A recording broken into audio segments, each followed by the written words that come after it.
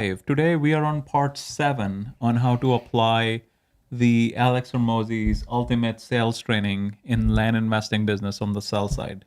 Erica, what did we cover so far? Sales multipliers, We've covered sales. pre-sales. So what are sales multiply? Can we do like a quick intro of like just a quick recap? We haven't done it in a while. So sales multipliers are essentially were things you can do to multiply your sales, like such as like selling all 7 days, right? What else did we cover?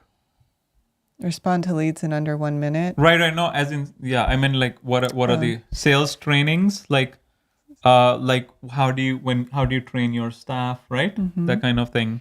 Opening. We covered the opening, like how do you open a sale, pre-sale, right? How to do the qualifications, like script examples. Opening in the opening, we're like, how do you set the agenda using the 3 Ps, right? Proof, promise, plan. We looked at how do you like what are the ways you do the scripting, like training with the team, right? Like how do you go over that? What are the things to look at, like emphasis, tone, pacing? Yes. Anything else you wanted to cover in No. pre-sales? No. Okay. Then we got into the closer framework. So we did closer framework training in the past, right? So this was more of a recap. So C, we started with clarify why they're there. L is for labeling their pain and goals. O is overview of the pain cycle, right? What is S? Sell the vacation. Right, sell the vacation, not the plane flight. E is Explain away their concerns. explain away the concerns, and R is to reinforce their decision, right? So we finished the sell the vacation part. We were in objection handling, explain away their concerns. We covered a bunch of things, right? And then we covered all purpose closes, right? 1 to 10 close. That was really good. That was my favorite. You like the 1 to 10 close? And then details, how to stay out of details. We did the mechanic close. We learned how to get out of detail obstacle. And we looked at the AAA framework, acknowledge, associate, ask. Yes? And okay. And today we are looking at childlike curiosity. Yes? All right. So what does he mean by childlike curiosity, right? So you want to understand, not win, right? When you're talking to your customer or your prospect, you really want to just understand, have childlike curiosity. So if someone doesn't immediately buy, if someone doesn't immediately buy, it should not be your first instinct to say, oh, screw this guy. Instead, you'd be like, that's interesting. I wouldn't have expected that. Can you tell me more about that? Like, why are you not interested, right? So there are different ways of acknowledging. Author usually tilts his head when he says, like, so it seems, it comes across as like curiosity as opposed to being like like a negative thing, right? If it also buys you more time, and it's also not competitive. It's not like you're attacking them. It's not trying to prove them wrong. Because if you prove them wrong, you make no money, right? So essentially, you're just trying to understand. You're buying more time to understand why they don't want to move forward. So maybe you can do objection handling, or at the very least, just get some feedback of what happened. Yeah. What do you think? Yeah. Okay. So the next he's saying is, yeah, you don't want to prove them wrong. Obviously, you don't want to get into like an argument who's right, because then, not going to make any money, because if you're just arguing with them. So you can either be right. This is like one of the sayings he uses. He can either be right or be rich. You become rich by making them right. Right? Because they're not going to believe anything you say, but they believe everything about what they say. right? So that's the reason why. Even in the spin framework we had in the past that we were using, we were making them say they want this thing, as opposed to us, our salesperson, trying to say, "Oh no, you need this." Okay. The reason salespeople ask questions is because we want them to say it, not us. Closers ask hard questions because they are curious. They ask more questions. Person asking is the person closing because they are in control and leading the sale. Yeah? The questions guide the conversation. The answers do not. You want to be the spirit guide who's letting your questions guide the person to the natural conclusion. Fundamentally, sales is an education process. So our goal is to simply figure out what pieces of information they need in order to make a decision and act on it. If you think about sales as teaching, because teaching is same conditions, new behavior, then we want them to learn new behavior, which is buying what we have, uh, motivate to do them by pointing out the deprivation that they have had in their lives and presenting our solution as the thing that will bridge that gap. Right? So we're essentially like teaching them. Right? That's what's going to happen. So if someone asks you a question, it's like hot potato. That's why we ask a question back, because we take back the control. So whoever is asking is controlling the conversation, right? Whoever is asking is kind of like guiding where the conversation is going. So if they ask a question, they're temporarily taking control of the conversation, right?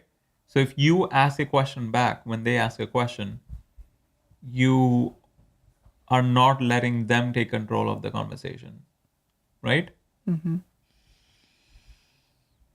Okay.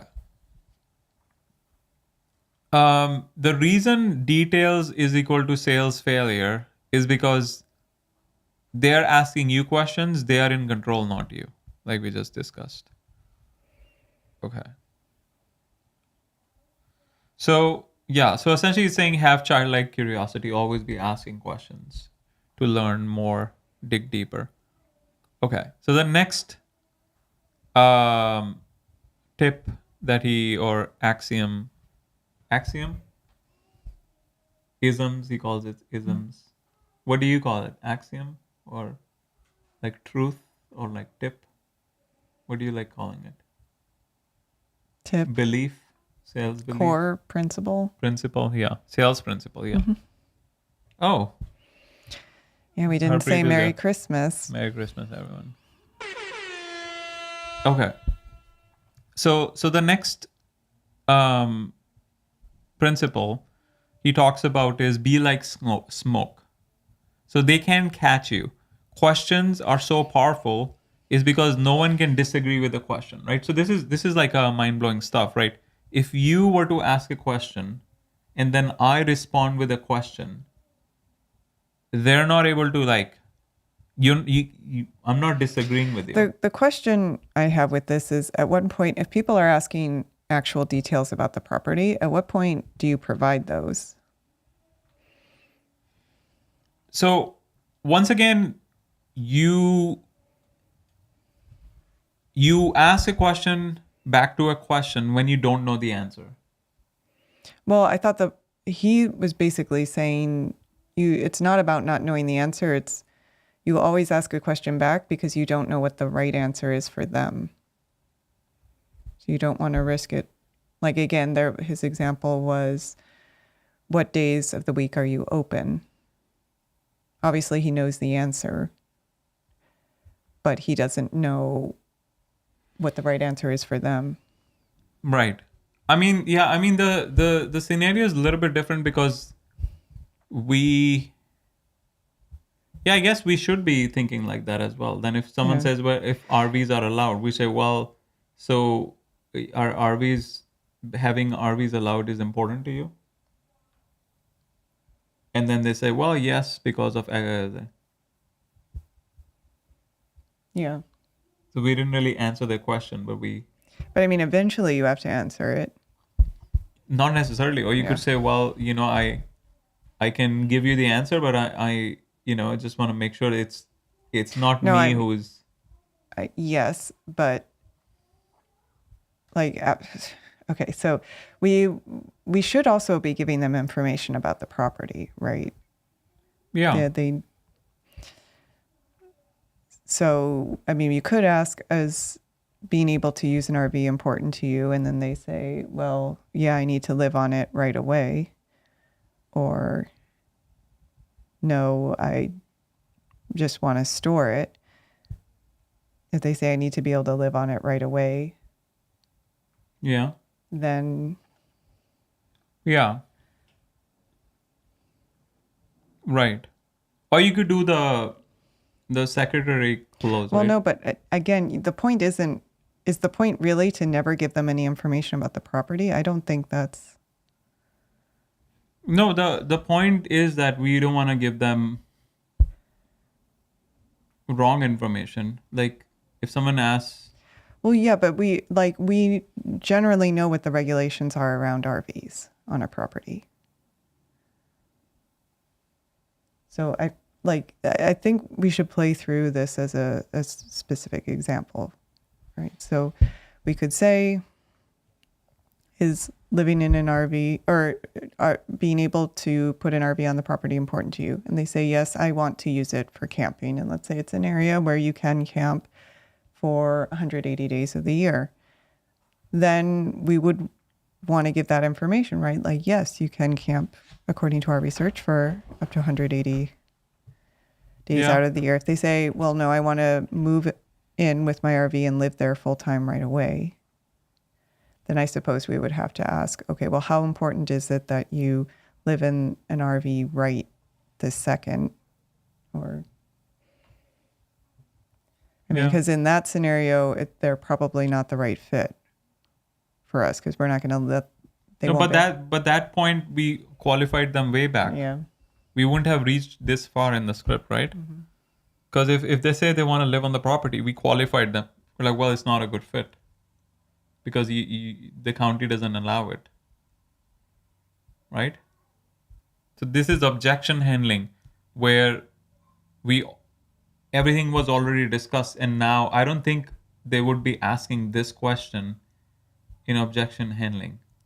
These aren't, so I'm not really talking about objections. These are people just when they are asking general questions about the property.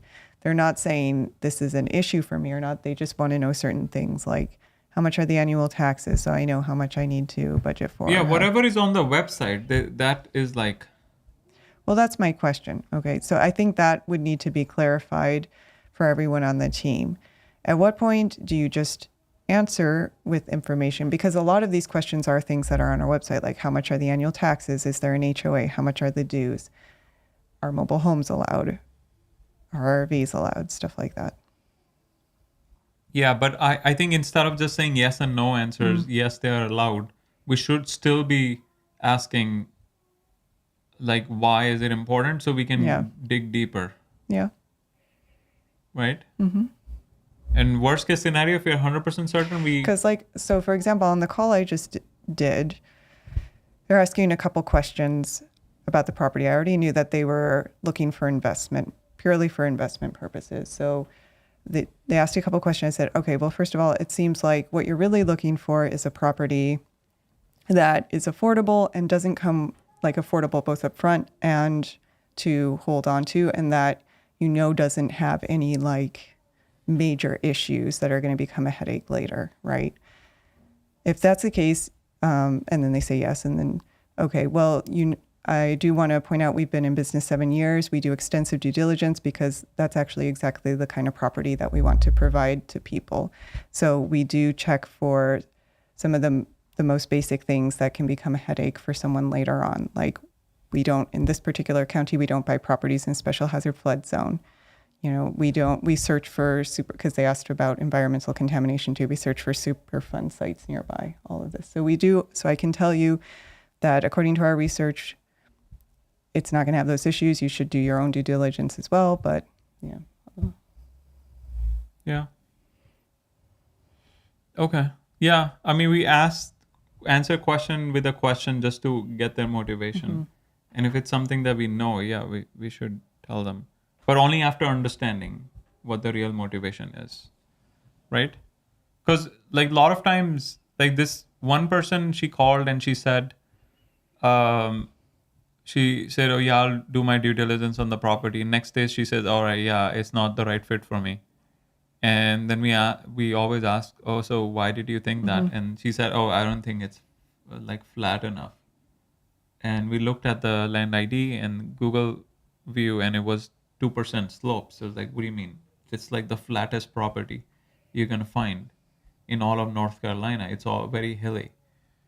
And then we asked her, and then she was like, well, it was not just that. It was also because I wanted to build like a multifamily house on it. And then we was like, okay. So I had someone call the county. They found out, well, you can get it, but with a special permit. You need like an exception for it, but you can get multifamily or multi-dwelling. And then we messaged back saying, well, it allows with this special condition. Then she said, oh, well, it was also because of, like, it's just like excuse after excuse after excuse. We don't even know what the real reason was. Like, the real reason could have been because she was expecting some money and she didn't have it, and she was just coming up with random excuses, right? Now the thing was, we didn't do a good job in the script itself to be asking these questions. We were essentially, this conversation was post closure framework, and it was happening over text. And Well, isn't that the real mistake? It's over text. no, but we had a Zoom call. So we had a Zoom call, and then she responded with a text saying, I'm not going to be moving forward. And then we asked on text why, and then she responded, and then we shoot back and forth. Yeah, so ideally we should have responded by saying, well, why don't you book another call so we can look at it. Well, she might not, if she's not interested, she might not book another call, but we could have called her, tried to talk to her, right? No, the booking a call is better than calling her, right? Because I know, I'm just saying if she's not interested. But you're assuming that Yeah. she's not going to join Zoom, right? Yeah. But how do we implement this? This is like a very specific. Yeah, I mean, this is something Objection where it handling. might need to be training, part of the sales training, because this is a little more, it's not really, you can kind of script it, but it also requires a little bit of like, It's not a script. It's more of objection handling. When they're going into too many details, we need to figure out a way to get out of the details to get to their real motivation. Because people say stupid stuff, like, they don't want to, they might feel embarrassed, they don't have the money, or they might try to hide the fact that they don't have time to visit the property. There could be like 50 different reasons why what's going in their head, and they might not want to disclose until we dig I mean, deeper. couldn't if somebody is starting to just ask lots of questions about the property, couldn't you just say, we want to make sure the property works best for you. So to do that, I can, tell you whatever you want to know, but what are the main things that would make a property a 10 for you or something like that? Or the flip. 1 to 10 close? Yeah, do the 1 to 10, or you could do the flip as well, depending on how the conversation's been going. Right. Yeah, you can ask a question. I mean, the real learning from this is that we should be keeping control of the conversation. Right? I think that's the real thing I'm learning. Yeah, I do think we need, like, it will be in the script, but it also probably needs to be training, because it is pretty common, right, for people to just start asking lots of questions about the property. And we need a way to handle that where we're still staying in control, but we're also giving people the information they need. Right. Yeah. Like we ask a question, by default, we should be asking the question. So we take back control of the conversation. Yeah, maybe And we then- should just put in the script, like, what are the top questions you need answered in order to make not or like that, when- Erica. It yeah. needs to be it needs to be done surgically, right? Not top questions. They let them ask. Are RVs allowed? Is staying in an RV important to you? Like the point here is that you need to be in control, because if you let them control, then it's just gonna derail. They're gonna keep going, and they took control of the conversation. Right? Right. You don't want them to take control. Yeah. You want to be in control. You have done this call 4 million times. I mean, the RV is actually fairly easy. You could just say, well, RV regulations can vary a lot. So what specifically are you looking to do in an RV with the property? Yeah. As long as you are responding to a question with another Okay, question. but again, to go back to my initial question, at some point you do then respond to the question. But you do it on your terms. Right. Right? In your answer. Right? You can ask a question, right? They answer, and as part of the next question, you reveal the answer. Right? Right? So say, for example, the person asks, oh, are RVs allowed? And you respond to it with a question. Well, the RV regulations, vary depending on so many things, zoning, which county you're in, why is that important to you, right? Or like, is there anything particular that's more important to you about RVs? And then, so you ask the question, you're in control, they answered. And then as part of the next question, oh, so I see what you're saying. Yeah, so in this county, RVs, are allowed if you're building on the property. Like, do you plan to build soon? Or, so I answered, but I also asked the next question, thereby maintaining control of the conversation. Right? It's like we're playing like hot potato, right? Whoever has the hot potato is answering. So you always want to give the hot potato to the other person. So yeah, that's the main point I'm learning from this notes, that you need to be like smoke. That's the title of this section. Be like smoke. They can't catch you.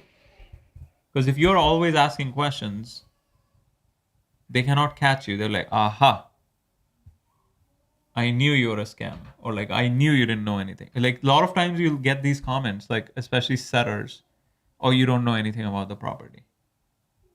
But if the setters were trained to always ask questions and be control of the conversation, that would never happen.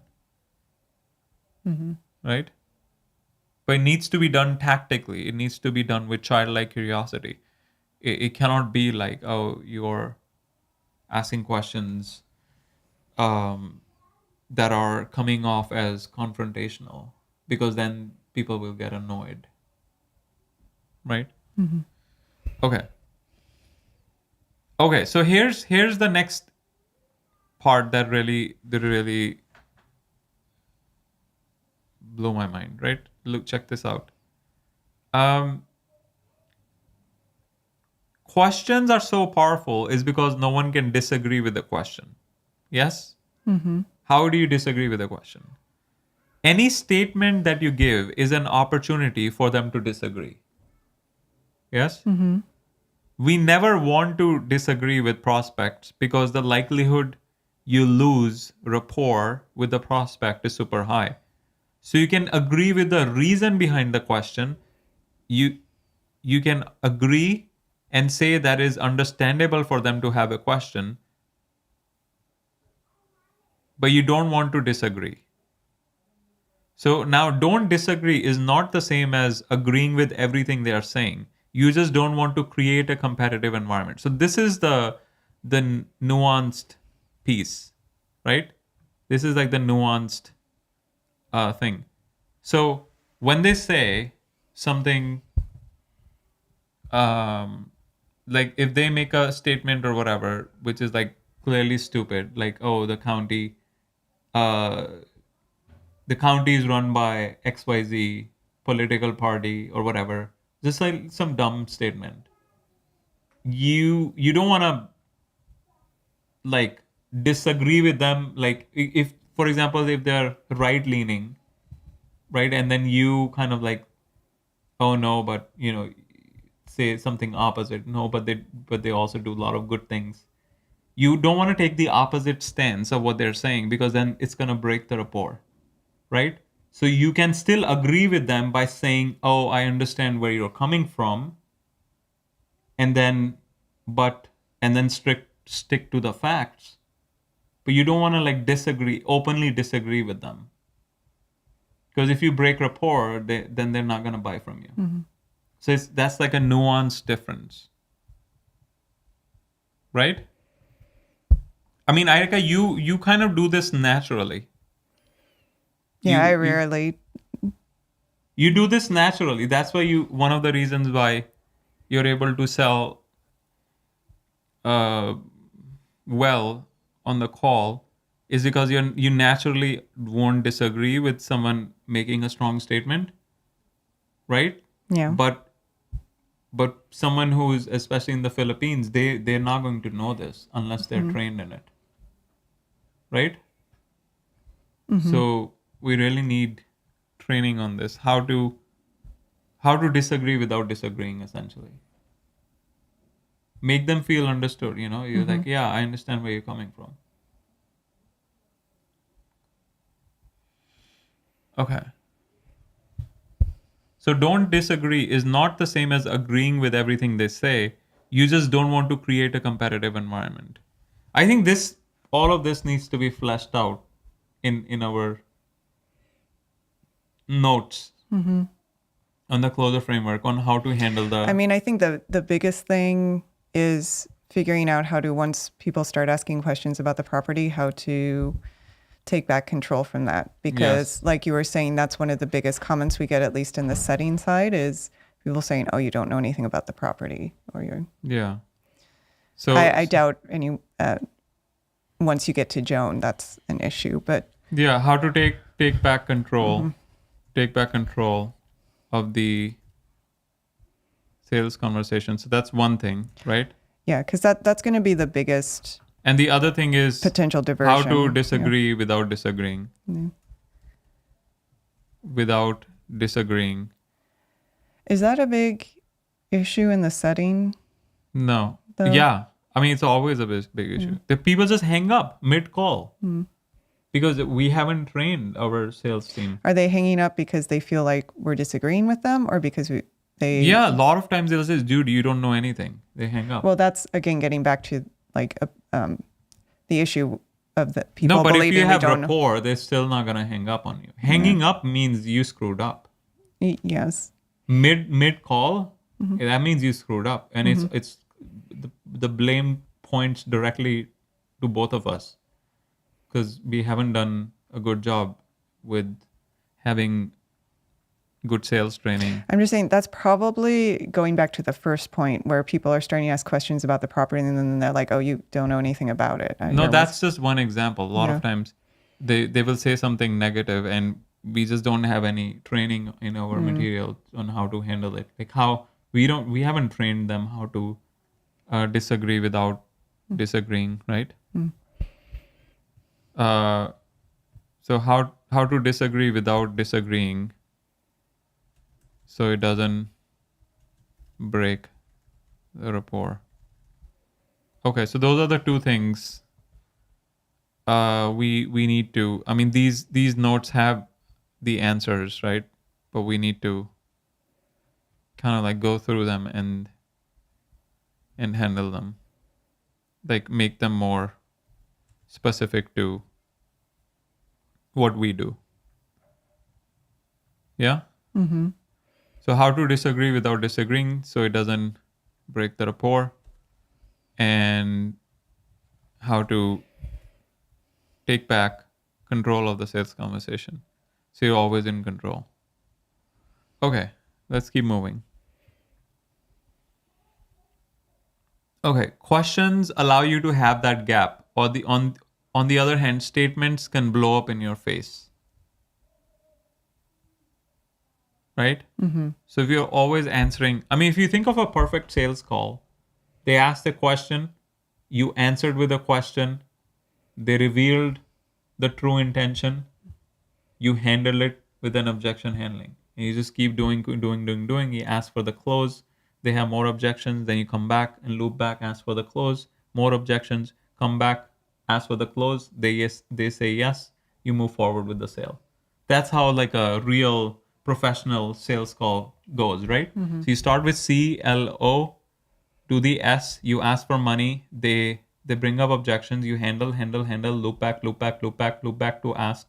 They agree and you move forward. Right?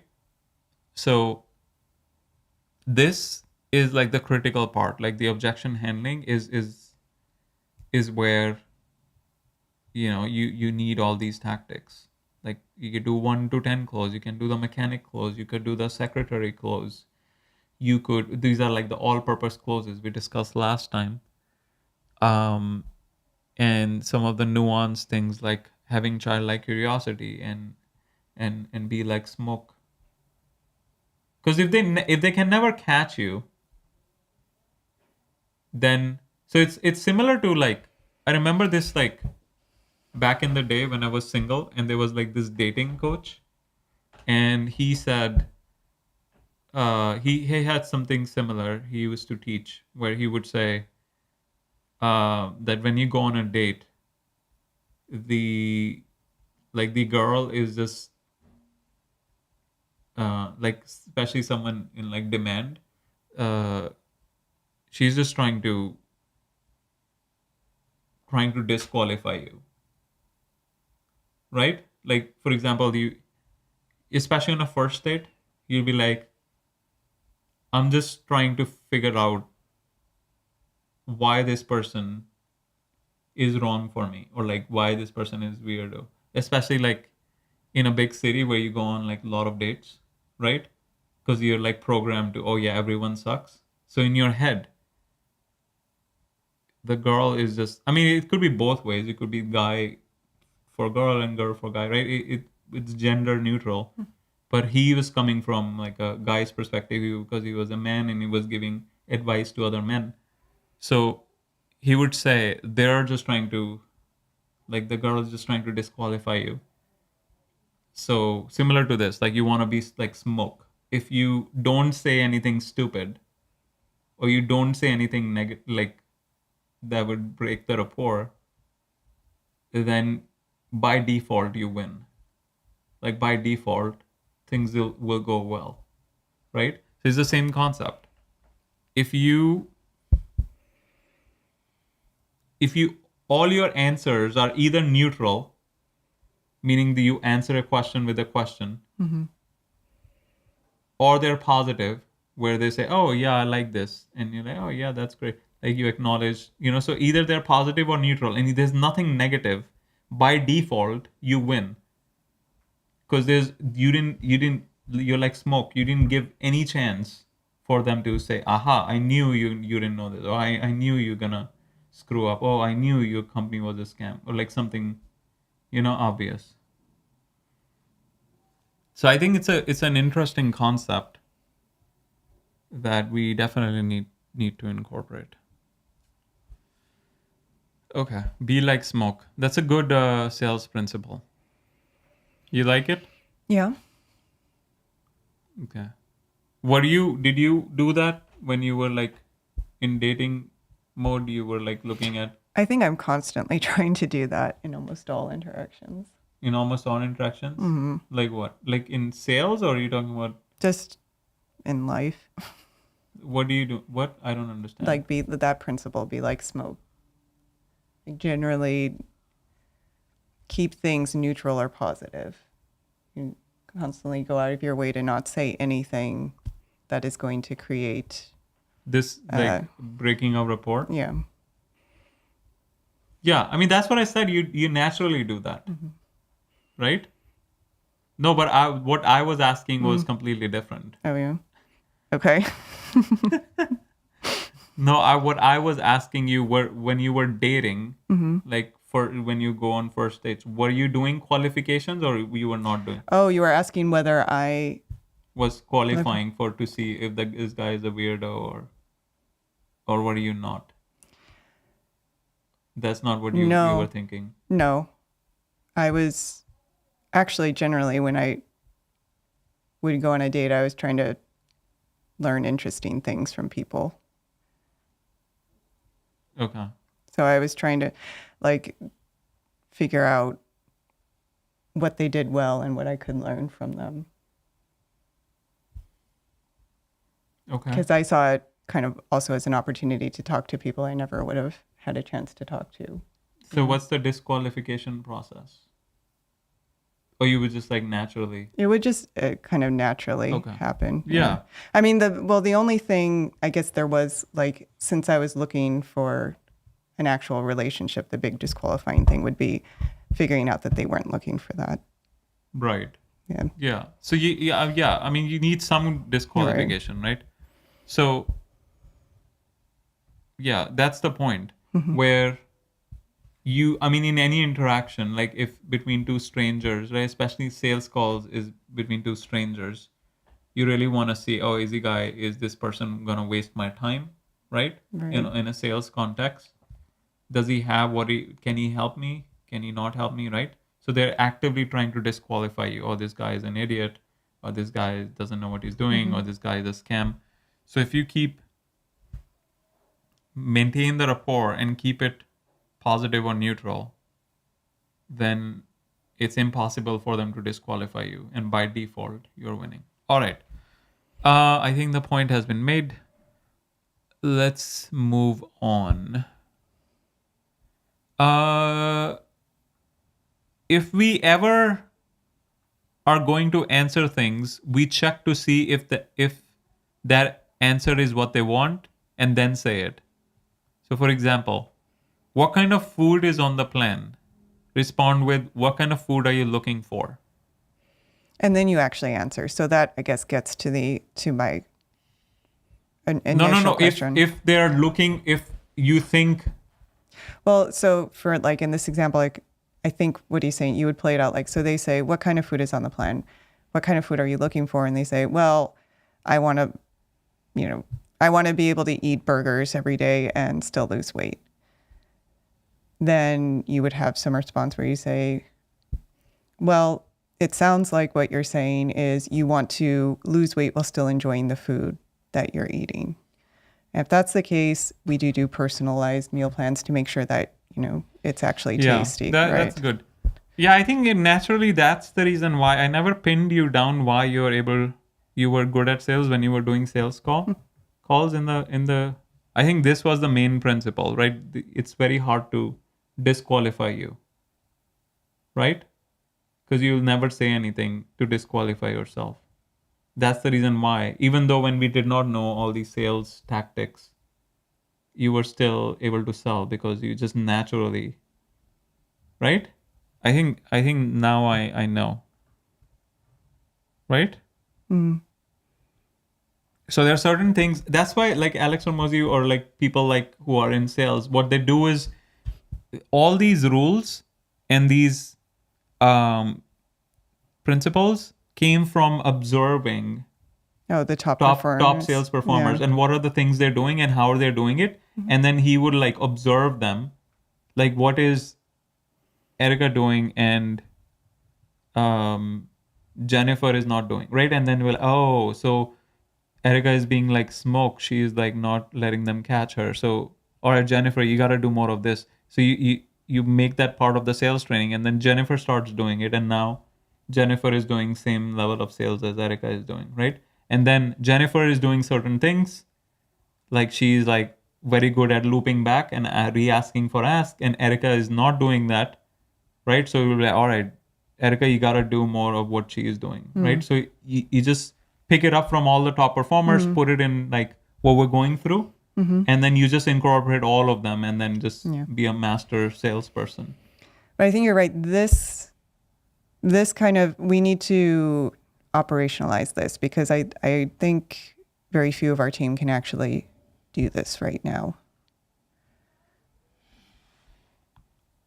Like asking a question about a question? Like Yeah. that's not because why they can't do it. It's just they don't know that they need No, to I know. be I'm doing not it. saying that as in like I mean, asking questions is the I'm saying it easiest more thing right. I'm just saying it's more conceptually. conceptually, and we haven't, like I said, We just didn't know. operationalized it. Yeah.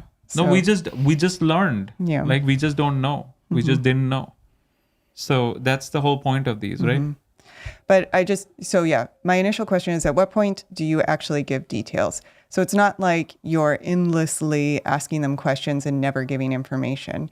It's the point of this is you're specifically trying to figure out what they're looking for so you can respond with the information in a way that is positioned in the best way you can. Right. Yeah. Yeah. And if it's a disqualifying event, it's a disqualifying event. Right. You're not trying, if there's absolutely no way that you can give them what they want, you're not trying to fake it, right? Yeah. At least then you know that it's not going to work, or maybe you need to point to a different product. Okay, so it's more of a positioning play. Yeah, that makes sense. Okay.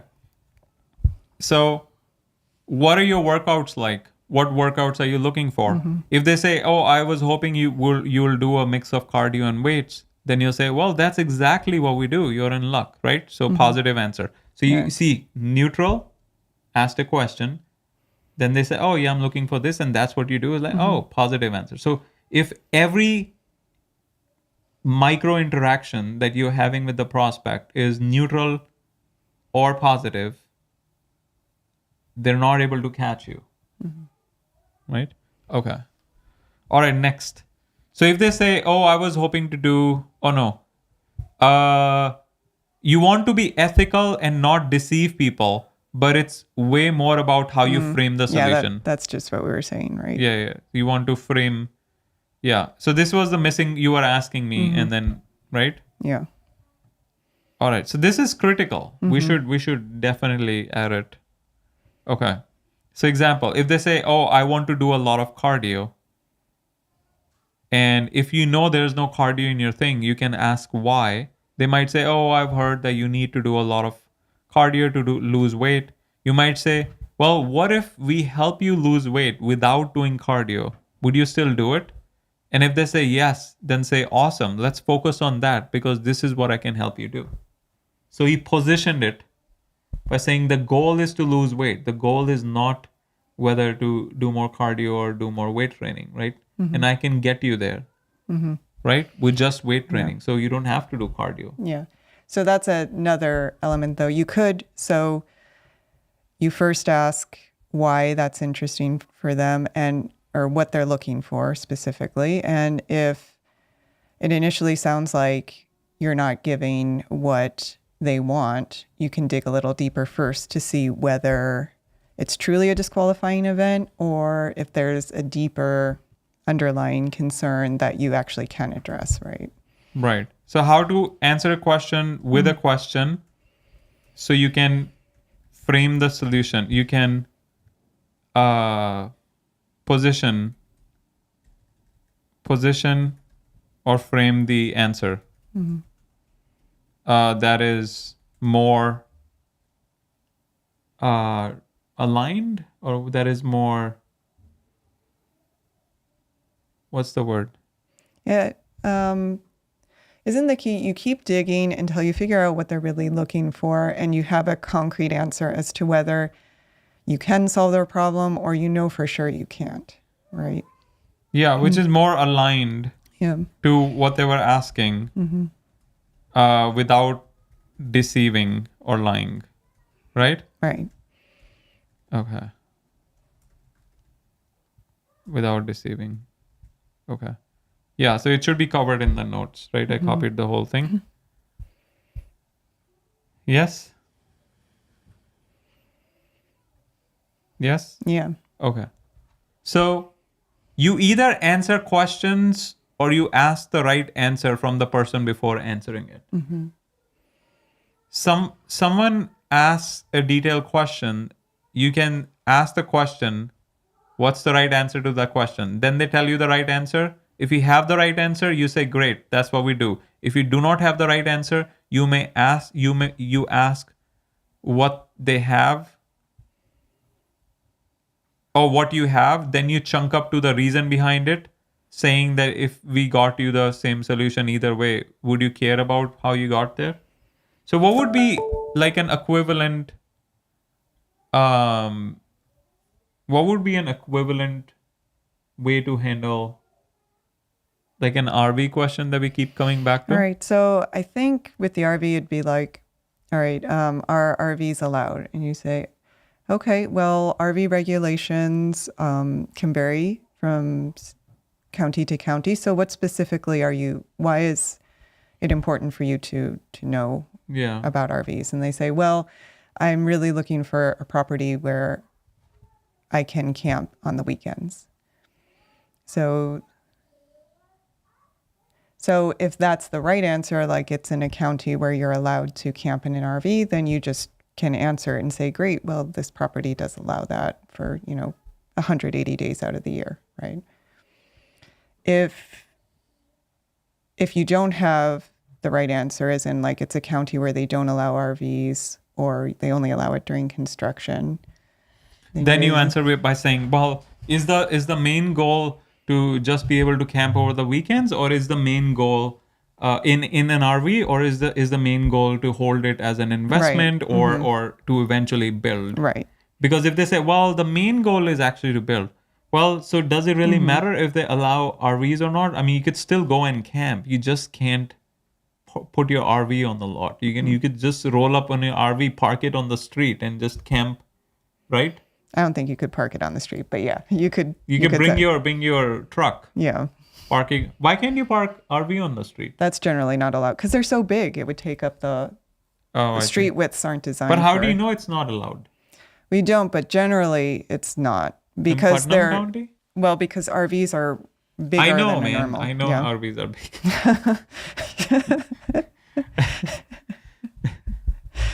Okay. I mean, the question about is We don't have an international Yeah. audience. Right? Everyone is in the US. Yeah. Everyone knows what an RV is, how big it is. But yeah. I mean, you can park temporarily if like you know how people just put like half on the property, half outside. I mean, I don't think anyone will care if it's just parking for a few hours. yeah, I highly doubt in some of these rural areas anyone would fine you. Anyways, if it's- but- beyond the point we're making. Yeah. Besides the point we're making. Okay. Yeah. So if you have basically this is like playing chess, right? Or I can't think of a better analogy. It's like a strategical move, right? You basically instead of answering, you first ask them what the right answer is. And then if you have the right answer, if you have the right answer that aligns with what you have, you tell that. If not, then you ask for what's the reasoning behind that answer and see if you can chunk up to yeah. the reasoning behind whether it's aligning with their long-term overall goals. Yeah. So just to wrap up that example, if you ask, well, is the main goal to buy a property for RV camping, or are you looking for like an investment property and you're just thinking, oh, I can also use it for recreational purposes, something like that? And they say, no, the only reason I'm buying land is to camp in an RV. Then at that point, you'd probably have to say, well, I don't think this property will work for you, but we do have some other properties. Yeah. Maybe we can explore those. Yeah. Yeah. At that point, we can disqualify them. Yeah. Or we could transition to a different property, or like maybe if you could dig even deeper, why? But why is it so important? Like maybe you can dig one step deeper, right? Yeah. You could keep, yeah. We're like, well, why? What's it is about RV, right? They might say, well, it's nice to have, and then you can chunk up to, well, is that your main goal? Or you want looking for investment, building? What if it's the perfect property and it just doesn't allow RV camping? Is it still like how much on a scale of 1 to 10, right? Do 1 to 10 close. Then, so you could keep digging, right? Because the other thing is, what about like, can't we educate that there is no other place? Like there's like literally no other county, maybe a handful of counties that actually allow RV camping in Florida. Yeah. There aren't many, right? I think I think in Florida it's tough. I think there's one Yeah. Okeechobee. I think Okeechobee might be one that, but that also has a lot of restrictions. Anyways, let's keep moving. All right. Both of these paths get you out of the details and you never answered a question you didn't know the answer to. Right? That's the whole point. Because if you disagreed, hard disagreed, then you're breaking rapport. That's one of the also reasons, right? When you are telling them a harsh truth, you don't say, "Oh, this is how you need to do it." You say, "Well, I was talking to this other guy who had a similar problem. This is what I told him." So it's like, because if you directly conflict with them, then you're disagreeing and you're breaking rapport. All important info, right? Is like so nuanced and so detailed, right? You like it? I told you. Remember, I said, well, when we go through this training, you'll be like so many things you didn't know. Yeah, it makes me want to do more sales calls so I can practice all this. Yeah. All right, let's do more sales calls. All right. Do we start the next, or do you think this is a good place to stop? I think this is a good place to stop Okay. because we are actually almost at an hour. Okay. All right. Fine. Let's cue up the full screen music. Let's cue up some music as well. All right. So, honestwealthbuilders.com. Check it out. It is a mentored mastermind. Yeah. So as we were seeing, a lot of these concepts are incredibly nuanced, and it takes some training and practice. It's gonna take us a while to fortify it, implement. Implement it, then train it, then see the results, then tweak it more, right? So having a group, right, which is implementing it simultaneously, we can learn faster. And just like we were talking about how Alex Hormozi would look at a whole group of sales reps and then take the best from each one. Yeah. You can do the same when you're part of a group.